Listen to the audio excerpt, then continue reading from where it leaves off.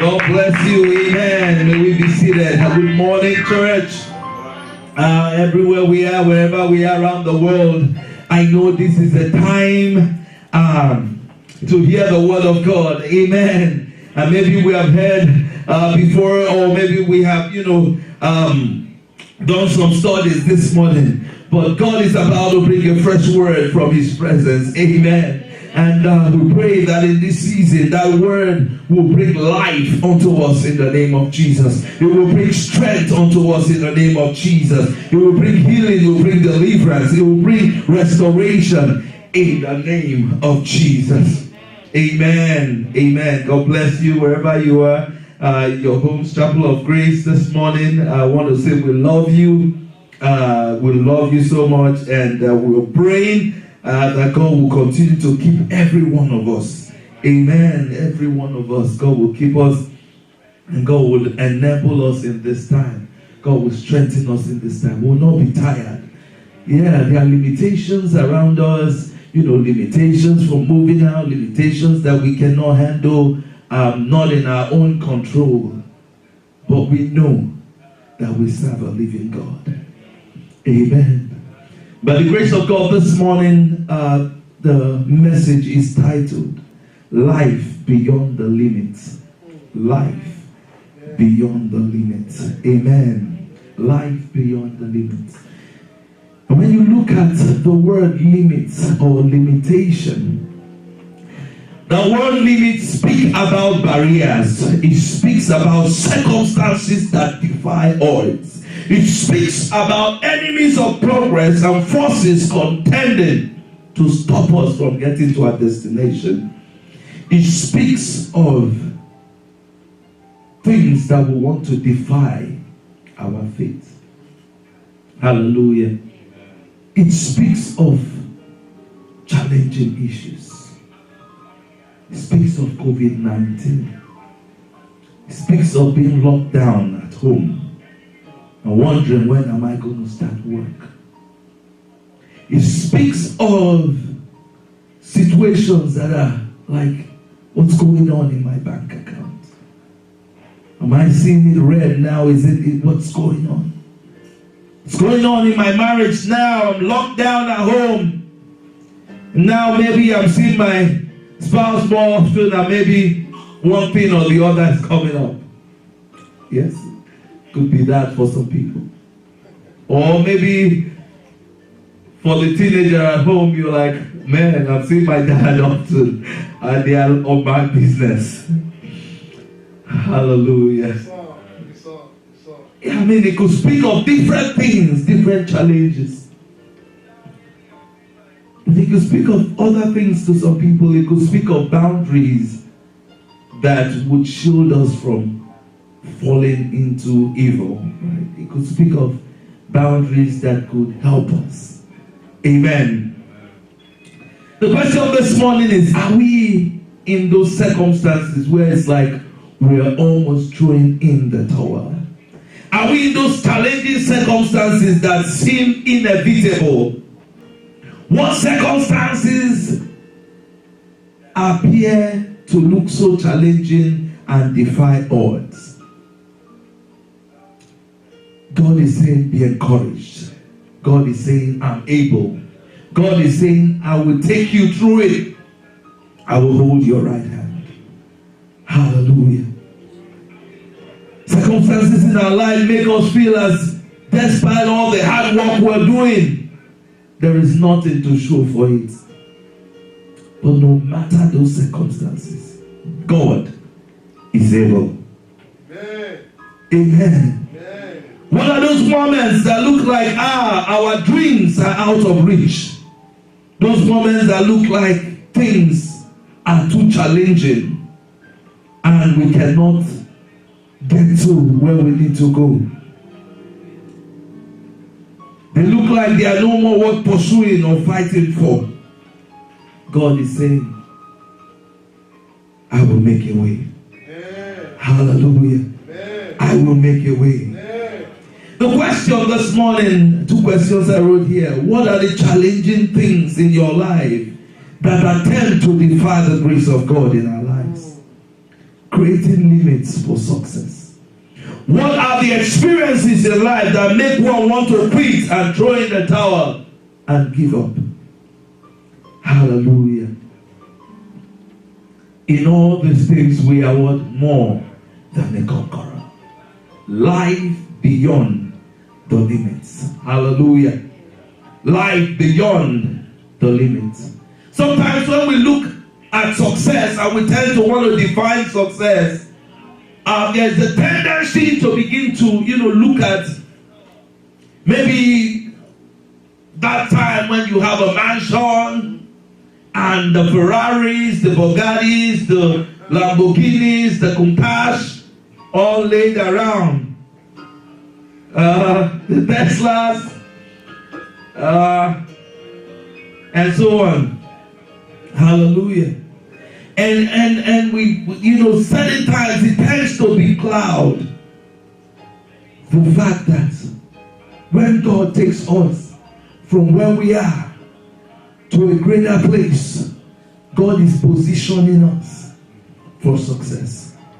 Hallelujah. Hallelujah.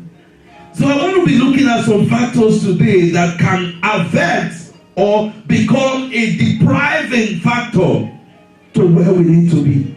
Because when we begin to take our eyes off God, take our eyes off faith, and begin to look at the problem, it seems it becomes a monster and it becomes a limiting factor to us. It becomes a challenging factor, and we tend not to see with the eyes of God, to see God in the picture. What is that circumstances that make us want to turn our eyes from God and look at the problem as bigger? For Peter, he was walking on the sea, and all of a sudden was walking to meet Jesus. And when he began to look at the challenges in his life, he began to look at the boisterous sea and the storm, and all of a sudden he began to sink. And thank God Jesus was there to hold his right hand. Thank you, choir, this morning. That was a wonderful song. Let me know you are here. When you hold my hands, I know you are here. Hallelujah. What are those challenges? What are those barriers? What are those things? Amen. So being aware of these common and debilitating barriers to success beforehand will help us better prepare to deal with any circumstances or challenge that gets in our way. Hallelujah. When we know how to deal with the challenge, when we know what factors to put in place in our life, when we know those things that we need to begin to put in our life, those will become the checkers that will help us not to change focus. Hallelujah. And one of those things that I've listed as one of the factors that can help us live a life beyond limits, beyond limitations and challenges, is to walk with God. Amen. Yes, we know it, we know it, but we can't say it enough. Yes, we need to work with God. The Bible said that Enoch walked with God and he was not, because God took him, because he saw that he lived a life that is pleasing unto God. Abraham was a man who walked with God, and when he walked with God, God told him, look, I'm going to take you to a place, just follow me. He didn't know where he was going to, but through obedience, through faith in God, he believed, and he began to go. My wife, my children, let's go. He didn't have a child there. My wife, he took his nephew, let's go. And they packed their little road and they began to go. Where? Nowhere. He began to go. But Lord, we are following God. Wherever he says we will go, that's where we will go. And as they went, God was piloting their footsteps. They had experiences of famine almost 2 times. There was a time they had to leave where they were to Egypt, and then they came out again and left and went to another place, and they came out again. But this man that went with the wife and child and nothing else but a little purse in his hand got to a point that the Bible says he was so wealthy, the king and the nations around him began to envy him. There was a time when they said the army that he had trained in his own household fought against 5 kings and they conquered them. My God. what it is to walk with God. When we walk with God, not just, lip service, not just when we say, oh, Father, I thank you, I praise you, and that's all. No, we want God to be our direction, our GPS in life. We want God to be the one deciding where we should go, not just waking up and saying, oh, well, I'm going to Jamaica now, I'm going to, or today or tomorrow, we will build this, we will do that, we will go to this city. The Bible said, no, we cannot talk like that. You need to say, if God wills, I will do what? I will do this or that. Hallelujah. I will do this or that. Don't just say, no, it's by my power. I can do whatever I can. And maybe for a while it might look like you're successful. But at the end, it might turn to nothing. Somebody experienced it in the Bible and he said, look, vanity upon vanity. All is vanity. When I saw during this COVID-19 a picture of a man who was a billionaire and lost the wife and children into COVID-19 in Italy, and then threw himself from the 18th floor down to the ground. I wept. All that billion was nothing in a second. God have mercy. Walking in line with God's will. Hallelujah.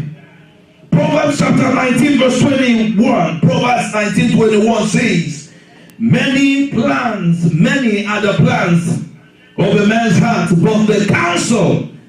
but the Lord's purpose for him will stand. Proverbs 19:21, it says, Proverbs 19:21.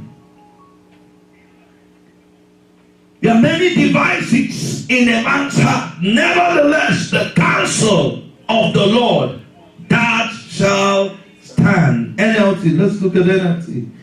Amen. Say, many are the what?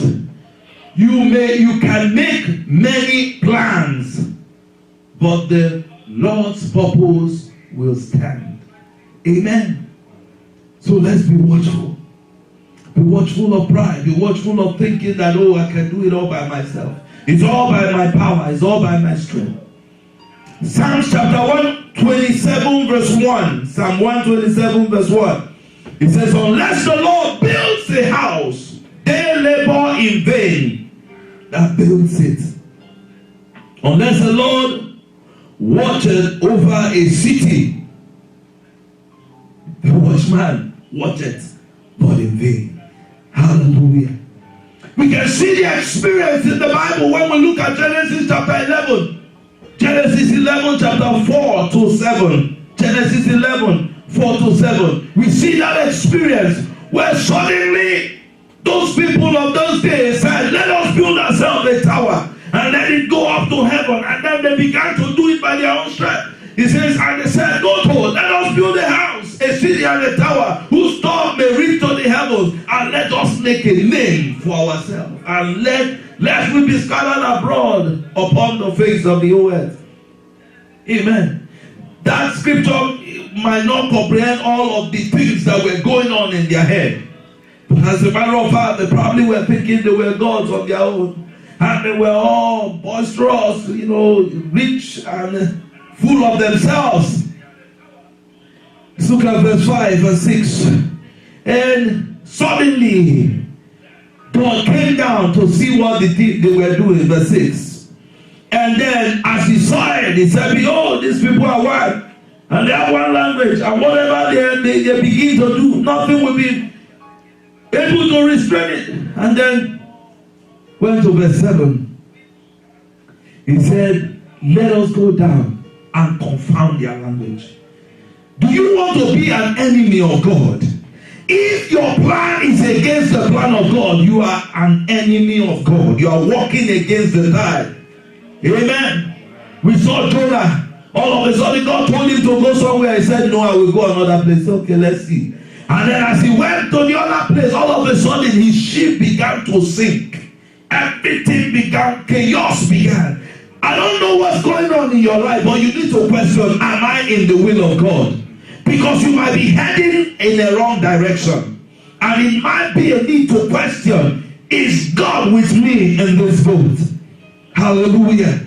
It doesn't mean that anytime we face pressure, that means that God is not with us. There could be circumstances that want to test our faith, like the one that saw the apostles, the disciples in the boat with Jesus, and they were going, and the devil came, and that was a demonic attack. The devil began to attack them, hindering them from getting to the city where they were going to. But Jesus was sleeping in the boat.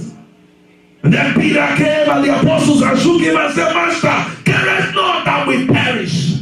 What will happen to us in this sea if we continue to wait like this?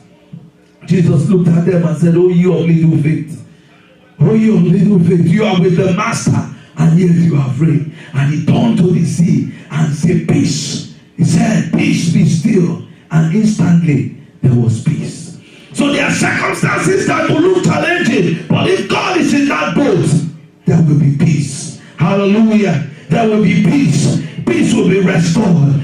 Peace will be restored. So no matter the challenge, as long as we stand with Jesus, we will make it. We will succeed. We will go forward. We will be enlarged and will become great. Hallelujah. Another circumstance we can see in the Bible is the one that was revealed. This one was revealed to a prophet concerning another man. Prophet, Zechariah was seeing a vision, and an angel came to him and he said, Look, Zechariah is about to build this temple. Zechariah 6, Zechariah 7. He said, No. He said, the angel was telling him, Look. He says, and then he's answered and said unto me, saying, This is the word of the Lord unto Zerubbabel, saying, Not by might, nor by power, but by my word, by my spirit, saith the Lord. He's going to do it by my spirit. He's going to do it by the enabling grace, by the enabling power of the Most High God. He's going to do it by the strength of God, by the anointing that comes from the presence of God. And when he does it by that strength, nothing will hinder him. Verse 7 says, Who art thou, O great mountains? Talking about limitations of life. O great mountain, challenges of life. O great mountain, things that want to hinder success, things that want to deny us our destination in life. And he said, What are you? Who art thou, O great mountain? Before Zerubbabel, put your name there. Before silver, thou shalt become a plain, and I will bring forth the headstone and raise it up, shouting grace unto it. Somebody shout hallelujah. Shouting grace and grace. Somebody say the grace of God. I'm empowered by the grace of God. I'm filled by the grace of God. I'm anointed by the grace of God. I'm moving forward by the grace of God. I will make it by the grace of God. I'm enabled by the grace of God. Receive that grace in the name of Jesus. Wherever you're listening to me, receive that grace in the name of Jesus. Be empowered in the name of Jesus. Let that anointing come upon you for success in the name of Jesus. For breakthrough in the name of Jesus. What is that challenge that has defiled all odds in your life? I speak unto it, O great mountain. You before, my daughter, before you're my son, in the name of Jesus. Become a plain, become a plain, become a plain, become a plain, in the name of Jesus. Amen. Become a plain. Verse 9 said, The hand of Zerubbabel has laid the foundation of this house. His hand will do what? Will complete it. Verse 9. The hand of Zerubbabel has laid the foundation of this house. His hand shall also finish it. Amen. So that thou shalt know that the Lord of hosts has sent me unto you. Hallelujah. What a mighty scripture. Hallelujah. Thank God for the grace of God. But God also expects us to do some other things as well. Amen. When we enable ourselves with the grace, our attitude must be right. Hey, our attitude must be correct. Our attitudes must be aligned in the right way. I think it was John Maxwell that made a quote. He said, Your attitude determines your altitude in life. Your attitude can determine the way you think and act. Your attitude will ultimately determine the way you create. Numbers chapter 13 verse 7. Numbers 13:27 to 30. An experience happened in this verse. Attitude became a factor that limited a people of destiny who had God in their boots, who had God with them, who had the power of the Most High with them. Their attitude destabilized their future. My God. Look at this verse very well. Numbers 13:27. And they said unto him, and they told him and said, we came to the land whither thou sent us, and surely it floweth with milk and honey, and this is the fruit of it. Verse 28. Nevertheless, the people are strong that dwell in the land, and the city are walled and very great. And moreover, we saw the children of Anak there. Verse 29. The Amalek dwell in the land of the south, and the Hittites, and the Jebusites, and the Amorites that dwell in the mountains, and the Canaanites dwell by the sea, and by the coast of Jordan. Okay, verse 30. But the men, it says, verse 29. Let's look at verse 29.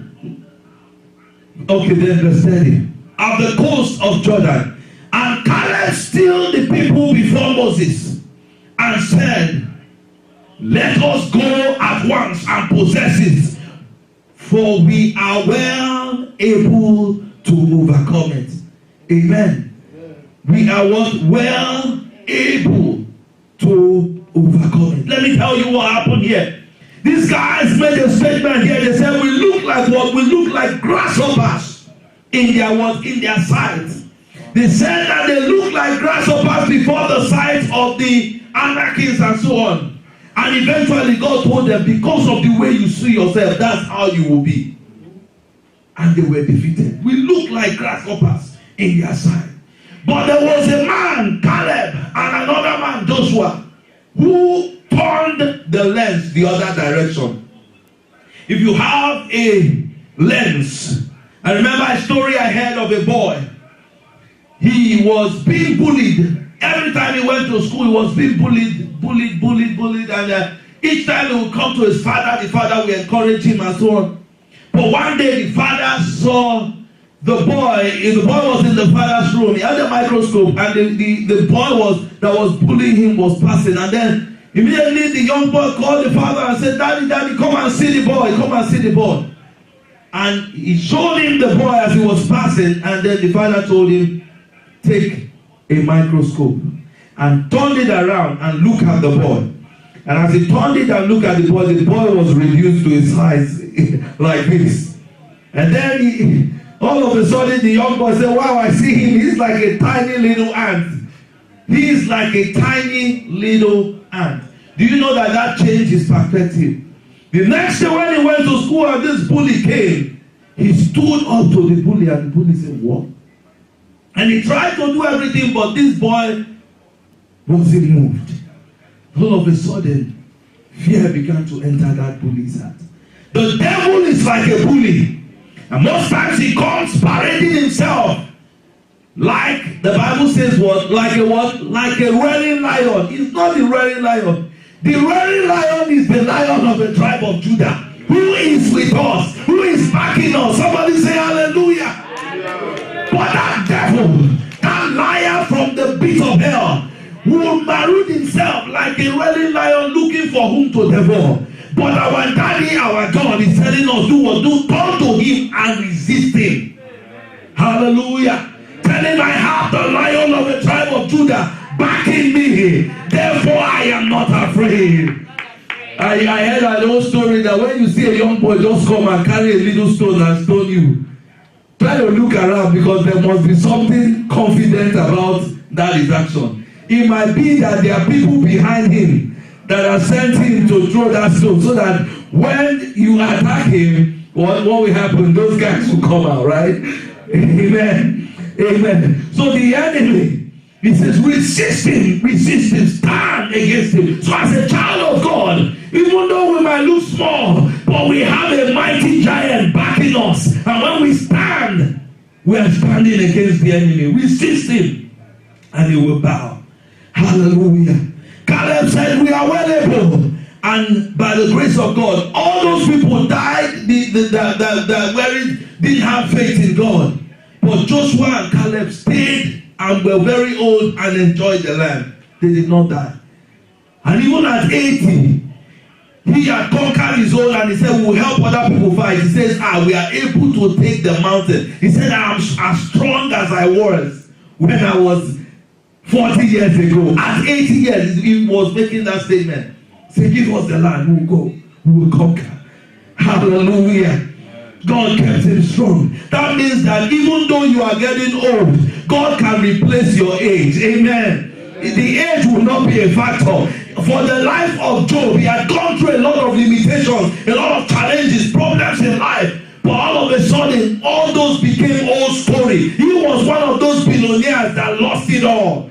But eventually, when God turned his story around, he had ×2 of what he had before those things happened. And he was blessed. Hallelujah. Let's not allow any limitations challenge our faith, because God is able. God is able. Let somebody shout hallelujah. Let somebody shout hallelujah. Our God is well able. Don't let any doctor report shake your faith. You know, there are certain circumstances that, we want to educationally agree with the doctor before we check God's report. And sometimes, it can want to hinder our faith in some way. So, in dealing with both doctor report, yes, it's good to check the facts. The fact says that I have cancer and I'm going to die. But what the word of God says is that I shall not die, but I shall live to recount the glory of God. Amen. Remember the story that Oyedepo, Bishop David Oyedepo told, one of his preachings, and he said his wife had come to him and had said, look, I experienced something when you traveled, there was bleeding and I can't feel the baby again, I've had a miscarriage. And he boldly just returned that by faith. And I've learned that over the years, that is how you challenge the devil, because you might want to take your faith. That even before you have prayed on the issue, you can lose your faith when you agree with the circumstance. So the moment you first hear it, the very first thing to do is to refute the report of the enemy. Amen. They might be right. There are circumstances. Yes, let us know. Oh, we saw this in the stethoscope. Your BP is going high. But tell them, look, I am going to live to a very old age. I'm not going to die. Amen. They might tell you, look, I'm seeing that scapula. The bone is pulling off. Oh God. God will change that story. Hallelujah. They can tell you that this is going on. Of course, we're going to believe the word of the Lord. Hallelujah. The word of the Lord. If you're hearing me and you are going through COVID-19 and you are experiencing those symptoms, don't let fear hold you down. Hold on to Jesus. Believe him. He is going to heal you. Yes, we can take the medication and take the care that we need. It's important to take the care, and all of that is important to go through that. But one thing is that within you, know that Jesus is your healer. You know that medically it's been tested that, when someone has that attitude of living, it keeps them longer from someone else, no matter if they are giving the same medication, who has an attitude that is tending towards death. Medically, it is been verified. Hallelujah. 1 John 4:4 says, but you belong to God, my dear children, and you have already won the victory over those people, because the Spirit who lives in you is greater than the spirit who lives in the world. Hallelujah. So the first I listed was what? Walking in line with the will of God. Walking in line with God. Walking in God's step. The second one is making sure that our attitude is right. Making sure that we are not having poor attitude. Making sure that we are walking in line with the right attitude. Amen. The third one we're going to look at is making sure that we plan with good goals in alignment with the will of God. Amen. So even if we're going to, we know that we're going to plan and so on, but we need to make sure we are in line with the will of God first. Make sure we have the right attitude. Then make sure that we have goals planned. Amen. Many people in life who go through life without having a goal. You know that the best way to live, and sometimes we face difficulties actually implementing this, but it's something that we need to do consistently. Being able to view your life 5 years from now. What will it be like? 10 years from now, what will it be like? What will my legacy be in the next 30 years? What will my future be if I were to write my own obituary? What will I write there? How will it look like? This man lived without making impact on it. There's a man called David Livingstone. He wrote a poem. I think he wrote a hymn. Shall I go empty-handed? Shall I meet my Savior so? Not one soul with which to greet him. Shall I empty-handed go? Shall I go empty-handed? Shall I meet my Savior so? Not one soul with which to greet him. Shall I empty-handed go? What will be our report when we get to the Master? For Peter, James, and John, Jesus told them, he said, follow me, and I will make you fishers of men. That became their walk of line, and they became apostles, and they began to do the work. And for Paul himself, he was able to say at the end of his life, I have run the race, I have finished my course. Now there is waiting for me a crown of life, a crown of glory. Hallelujah.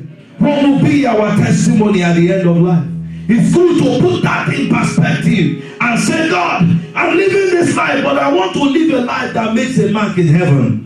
Not just by the measure of the earthly success. Yes, I want to make a life that is good for my family, and make sure there's food at home, and make sure I'm working. For instance, Paul was a tent maker.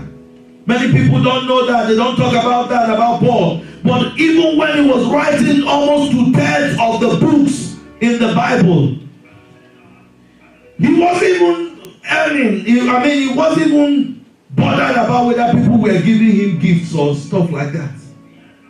He wasn't bothered about it. Why? Because he was also a tent maker. Very hardworking. A tent maker, and he was building. He was a constructor. He was an architect. He was building houses for people then. Hallelujah. Hallelujah. And that's why some of the scriptures that we're using today tend to focus on building a house. Amen. Luke chapter 14 verse 28 to 30. Luke chapter 14 verse 28 to 30. It says, for which of you intending to build a tower, sitteth now down first and counts the cost, whether there is sufficient to finish it, lest haply after you have laid the foundation is not able to finish it, and that behold, it says, and all that behold it begin to mock him, saying, this man began to build and was not able to finish it. For those who are home, are we able to listen? Are we listening? Amen. Don't let anything distract you. Amen. Something just crossed my mind, like someone is walking to the kitchen right now. No, you need to sit down in the parlor and listen. Hallelujah. It's not time to eat. Hallelujah. Amen. Amen. God is saying, count the cost. Count the cost. Plan. Sit down and plan. When you think about what goes into building a house, you must first get the area. Make sure that you've already surveyed the area before you even buy that property. So that when you are working on the property, it's not then that you will see a very sinking foundation or sinking floor that will waste more money than the money you used to even buy the land.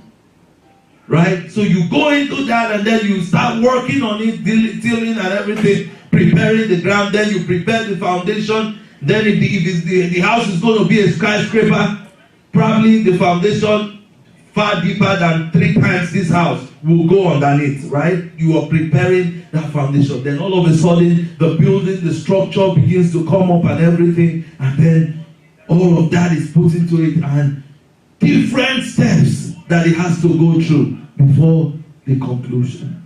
Amen. But all that has even gone into, someone would have done an architectural design of every single structure, the expenses and all that, and put it in a document before it's actually being built.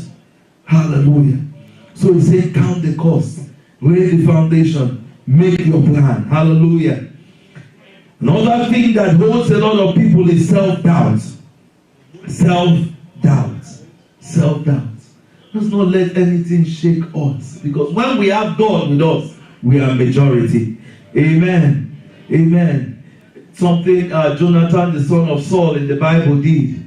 He said he took his armor bearer one time that they were being confronted by the Philistines. And he said, God will do with 2 what he will do with what? A multitude. And when he did that and he went in, all of the enemies ran away. He was victorious. Just 2 of them, just by that reason of boldness, by that reason of confidence in God. Amen. So somebody just bold-faced is not just, you're not just bold because, I'm just talking bold. You have something you're basing it on, and when you are basing it on the word of God, then you are talking faith. Hallelujah. Philippians 4:13 says, I can do things, I can do this, I can do all things through Christ who strengthens me. Amen. I can do all things through Christ who strengthens me. And also, we will not give up. Amen.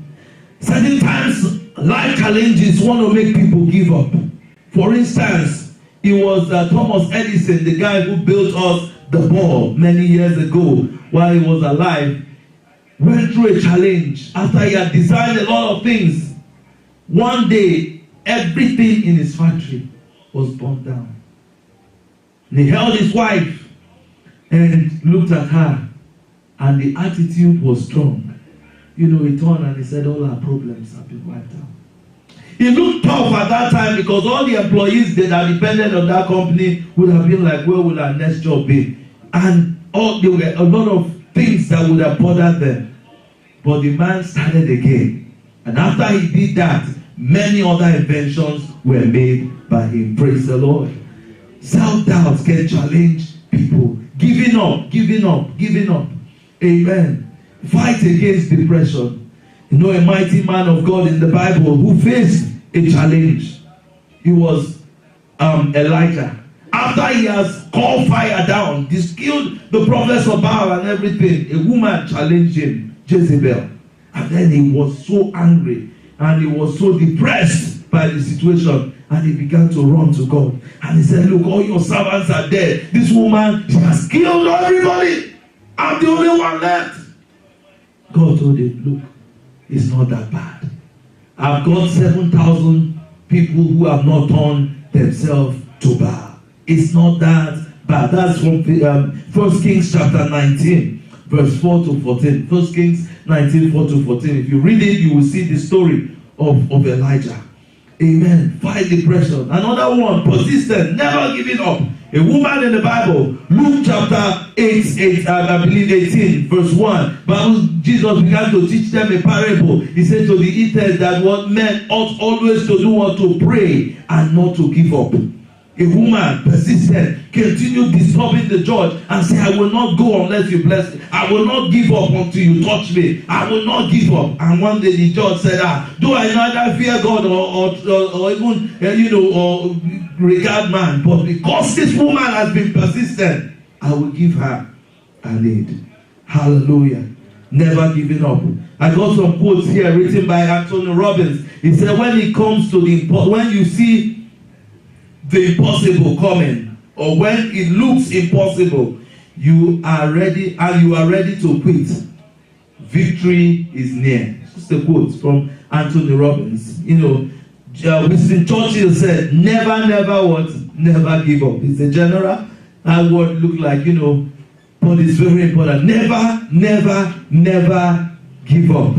Amen. Albert Einstein said something. He said, it is not that I am so smart. It is just that I stay with the problem longer. I will repeat it again for the sake of our young ones, our youths who are going through, school work, and it looks like things get difficult. Albert Einstein said, it is not that I am so smart. It's just that I stay with the problem longer. And that means sitting, meditating, thinking over it, putting our mind through it, so that even our subconscious begin to work to our advantage. Have you seen where you sleep? You have a problem, you slept, maybe a mathematical problem. You slept, and right in your dream there, you calculated it, you woke up and you came up with the answer. Yes, that's how it is. When you face challenges, go to it, think, stay with the problem, and you will see yourself come out successful. Hallelujah. Fear of failure or procrastination. In fact, this destroys a lot of people. This fear of failure or procrastination. There's something called analysis paralysis. You try to diagnose the problem, you put it here, think about it, go back, think about it, go back. You will never go forward. Every day you are calculating, you are thinking, and you get paralyzed. You don't make a move. Hallelujah. Think a little, make a move. Make a move. Strike the iron when it's hottest. Don't wait until everything is exhausted. Opportunity will leave you. You need to strike when the iron is hottest. Take that move. Some people are thinking of starting a business, and for many years, the enemy keep hindering that move. Take that move. Amen. We will plan, we will watch, we will wait, we will seek the will of God. But when it comes to striking, you need to strike the target. Hallelujah. Ecclesiastes chapter 11 verse 4, it says, whoever watches the wind will not profit. Ecclesiastes 11, for Ecclesiastes 9:10. It says, whatsoever thy hand finds to do it with what? With all thy might. For there is no work or device, nor knowledge, nor wisdom in the grave where thou goest. So anything you find, do it with what? With all your might. Do it with all your might. Put effort. Put effort in it. Make success through it. Amen. Ecclesiastes 11:4 say, whatever it says, whosoever watches the wind will not what? Will not plant. There are people, the lion is coming. I'm running inside. You will never sow, you will never plant, and what? It will be disgrace. Amen. Say, whoever regarded the clouds will not what? Will not reap. John chapter 9 verse 4. Jesus was the one saying, we must quickly carry out the task assigned us by the one who sent us. Night is coming, and there is no one. It says, and then no one can what? Can walk. Look at it in King James Version. Say, I must work the work of him that sent me while it is day. The night cometh when no man can walk. Hallelujah. Hallelujah. The other circumstances that can limit us are like thinking of listening to doubters and naysayers. You want to do something and you go to somebody and you give that idea and the person say, oh no, he's not. I heard something about Elon Musk recently. He said one of the things that makes him successful is that even though some of the goals look unachievable and difficult, as long as it's going to affect a lot of people and it's going to make a huge difference, he will take the risk. He will take the risk.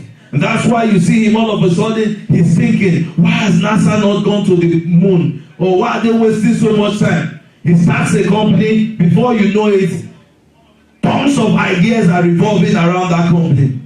Amen. For instance, SpaceX is not only shooting into the moon, but right now over 3,000 satellites are going to be around the earth. And before you know it, even the 5G is going to be propelling through it. He's already prepared the ground before the thing even came. Whoa. Lack of discipline and self-control. Lack of discipline and self-control. That can hinder a lot of people. You know, when one lacks self-control, you know, for instance, Joseph would have been destroyed if he did not have self-control. He was going to be the leader. His destiny had already aligned it. But a woman would have derailed him if he just took that bait, slept with her. What's it? I can get away with it. I can confess my sins. I can confess my sins. What about denying yourself your destiny? Everything gone because of a little bit of pleasure. 5 minutes, 10 minutes, whatever it takes.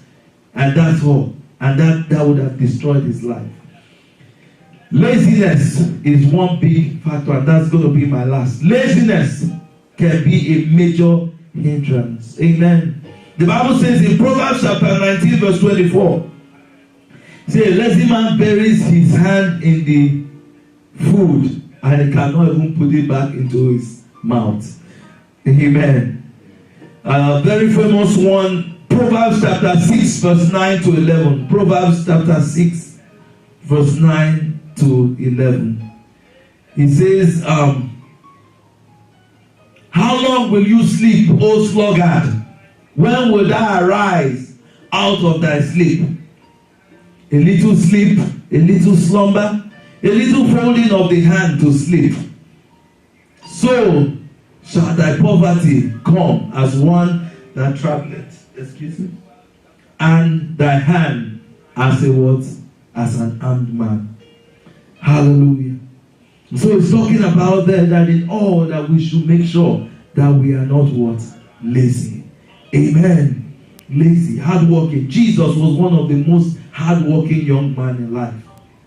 I must walk the walk of him that sent me while in his day. Look at all the places he went to. Night, he was praying. Day, he was walking. He was marching. He was doing the miracle here, going there. All night, he would go on all-night prayer. In the day, he's doing work.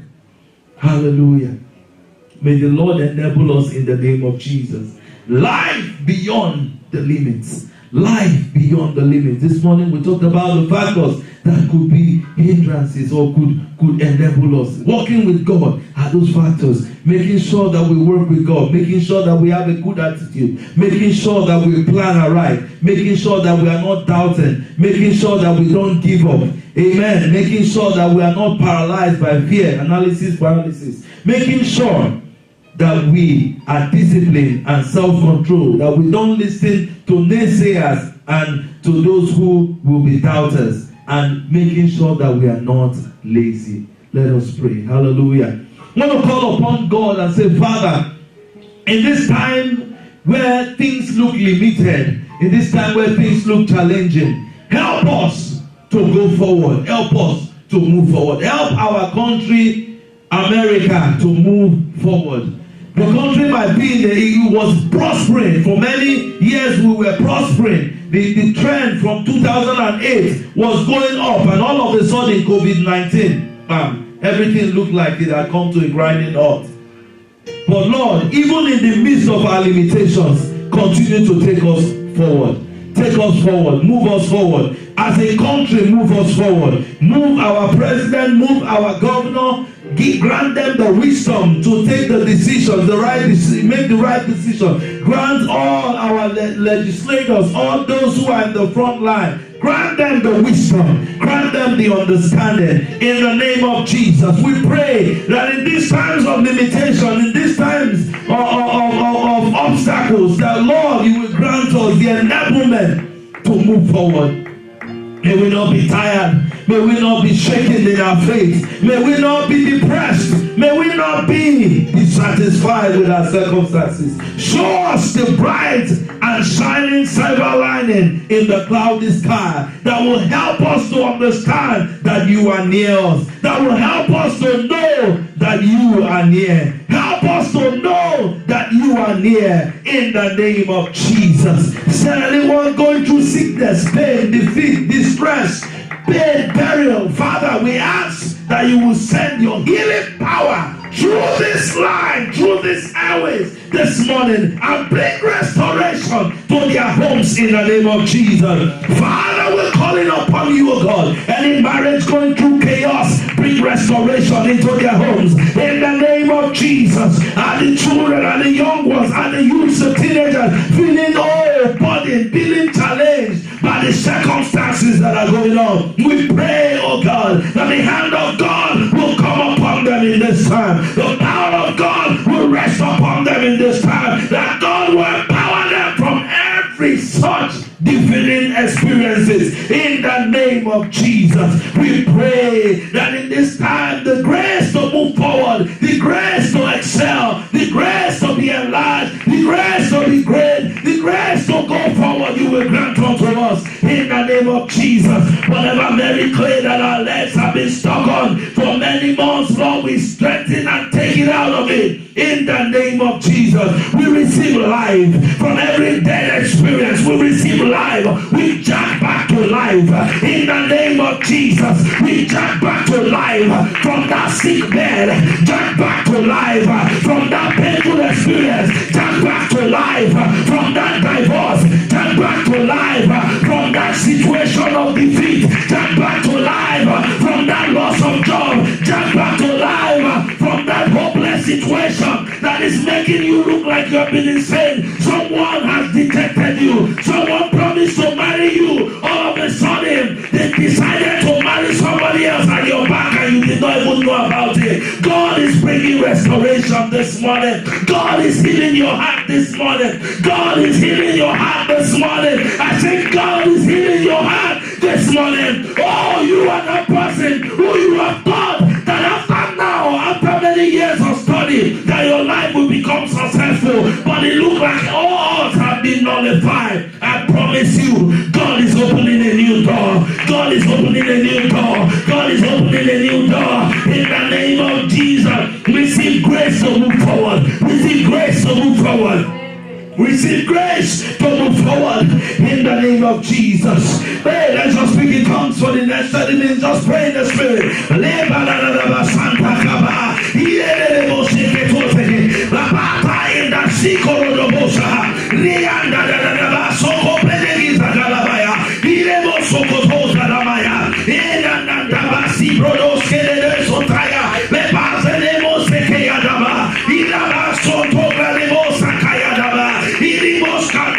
We've got the Spirit of God. We have the life of God in us. We have the Spirit of God in us. We are confident of this very thing, that He who has begun a good work in us, He will perfect it to the very end. In the name of Jesus, we know of the truth that He who is with us is greater. He who is with us is greater than he who is in the world. Thank you, Jesus. In Jesus' mighty name, we pray. Now, just for a minute or two, or a minute, just ask the Lord. What is that question you are asking the Lord? What is that need? Begin to bring it to the Lord right now. Just call upon the Lord. Oh, I need a child. Call upon the Lord. Oh, I need a miracle job. Call upon the Lord right now. Receive your miracle. If you need that healing, say, Lord, I need healing right now. Lay your hands on that place that is paining you. Is it your side? Is it your chest? Lay that hands there right now. Lay that hands. I shall lay that hands right there now. The healing power of the Lord is coming upon you right now, wherever you are, hearing the sound of my voice. The healing power of God is coming upon you. Lay that hand. Begin to pray. Begin to call upon the Lord. Say, God, here is the move. Here is where I want you to touch me. Here is how I want you to touch my situation. Visit me once again. Thank you, Jesus. Hey, I see the Lord. I see the Lord. I see the Lord strong and mighty in His tabernacle. I see the Lord strong and mighty in His tabernacle. Stretching His hand new thing. Come on. Negobo Shadagabaya. Ilelian soto bregedemo soko bregedamanda ya. Ilemo sondolo gobo seke tu sakaya damaha. Ilandolo bo sikarabaya damaha. Selemo sikirianda dayama sikarabradiga bo sedele. Prophesy unto you. I prophesy unto you. You listening to me right now. That situation is not hopeless. I will make a way, saith the Lord. I will make a way, saith the Lord. I will make a way, saith the Lord. I'm the one who makes a way in the midst of rocks. I make a way in the midst of difficult situations. I will make a way. Thank you, Jesus. We give you all the praise, oh God. Thank you for visiting us once more, oh God. Be thou exalted, oh Lord. In Jesus' mighty name, we have prayed. Amen. Drive Manassas, Virginia 20110. Weekly and upcoming events. Sunday worship service at 10 a.m. with workers meeting at 9:30 a.m. 3 days prayer and fasting starts from the 1st to the 3rd of every month with corporate prayers at 5:30 p.m. and 11:45 p.m. at Zoom 863-490-383 #. Dig deep into the Word of God and know more of His will and purpose for you as you join us on our online Bible study every Tuesday at 7:30 p.m. to 9 p.m. at Zoom 863-490-383 #. Join us every Thursdays at the Church Auditorium and Zoom 863-490-383 # at 7:30 p.m. to 9 p.m. for prayers, deliverance, and fresh auction from the throne of grace. Night Vigil and Holy Communion holds every last Friday of the month at 9:30 p.m. to 12:30 a.m. Chapel of Grace, Virginia, empowered for exploits.